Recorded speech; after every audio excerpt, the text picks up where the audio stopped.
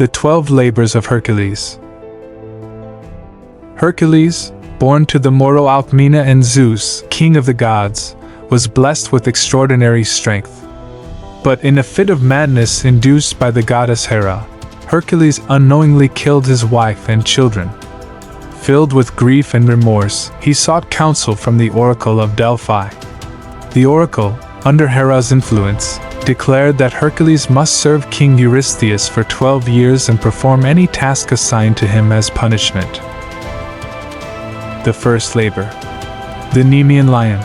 The first trial was the Anemone Lion, a beast with skin tougher than any armor. Hercules' muscles rippled as he grappled with the creature.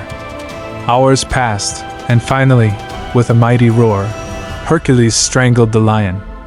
He used the lion's own sharp claws to skin it, a trophy of his victory. The second labor. The Lenian Hydra. Next came the Lenian Hydra, a vile serpent with multiple venomous heads. Each time Hercules severed one head, 2 more grew in its place. Sweat poured down his face as he and his clever nephew Iolaus worked tirelessly. With a quick thinker's mind, they cauterized the stumps, preventing new heads from sprouting. Finally, they triumphed over the Hydra's menace. The third labor. The Serenian Hind.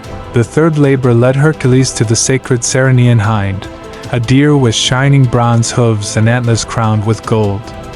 Unlike the previous trials, this one called for gentleness. For a whole year, Hercules tracked the deer, learning its graceful movements, until at last, with a touch as gentle as a breeze, he captured it. The fourth labor. The Arimanthian Boar. In the snow-clad land of Arimanthian, Hercules faced a monstrous boar. The air was frigid, his breath steaming in the cold. The boar charged, tusks gleaming, but Hercules danced around it, agile as a cat. With a mighty heave, he subdued the creature, ending its reign of terror. The fifth labor. The Aegean Stables. King Aegeus owned stables that were a sea of filth, untouched for years.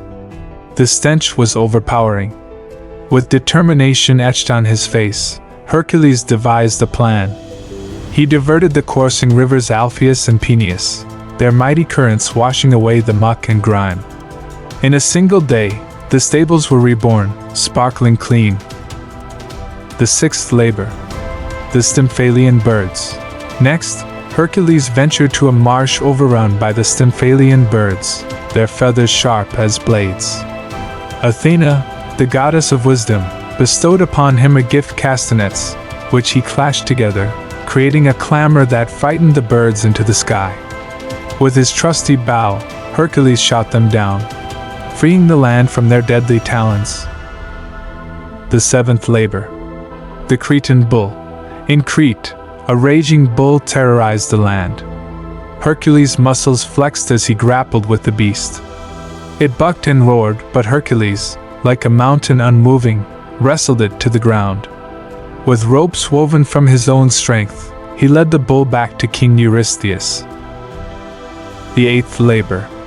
The Mahrez of Diomedes. The eighth task took Hercules to a land where horses fed on human flesh.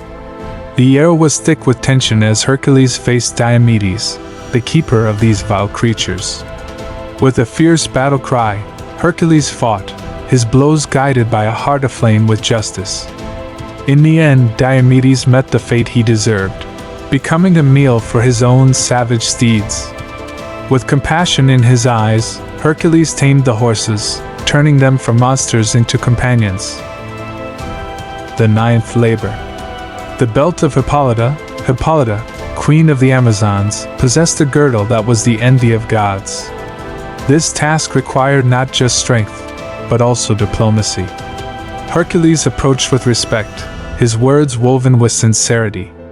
Through earnest conversation, he won the queen's trust and secured the girdle without shedding a drop of blood. The 10th labor. The cattle of Geryon. Now, Hercules faced Geryon, a 3-bodied giant, and his prized cattle. With a heart resolute, he charged, facing not one but 3 enemies. His blows landed like thunder, relentless and true. When the dust settled, Geryon lay defeated. Hercules led the cattle back, a testament to his indomitable spirit.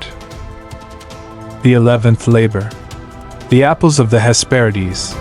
The 11th labor led Hercules to a garden where golden apples grew, guarded by the Hesperides and a fierce dragon. This task called for cunning and bravery. Hercules, never one to back down, devised a plan. He sought out Atlas, a titan burdened with the weight of the heavens. With shrewd words and a compassionate heart, Hercules offered to take Atlas' burden for a time. In return, Atlas retrieved the apples for him. The 12th labor. Cerberus, the three-headed dog.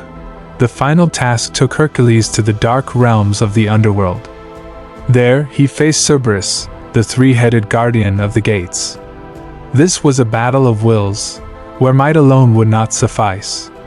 With the gods by his side, Hercules stood strong.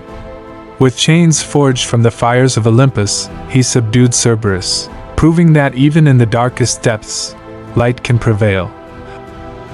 Upon completing the 12 labors, Hercules was finally freed from his servitude to Eurystheus. He had proven his incredible strength, wit, and determination. Hercules went on to have many more adventures and eventually ascended to Mount Olympus, becoming a god himself. The end.